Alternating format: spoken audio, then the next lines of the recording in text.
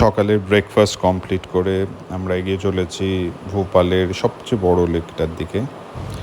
যখন আমরা পৌঁছলাম তখন আমরা জানতে পারলাম বিভিন্ন কাহিনী এই লেকের সম্বন্ধে।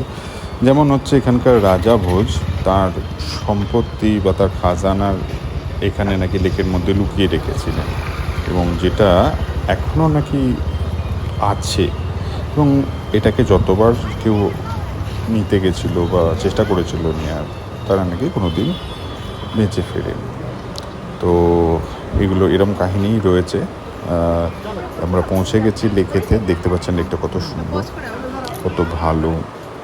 এখানেতে কত প্যাডেল বোটস রয়েছে, অনেক মানুষ রয়েছে যারা বিভিন্ন রকমভাবে আনন্দ করছেন, কেউ ফটো তুলছেন, কেউ বোটে করে ঘুরছেন।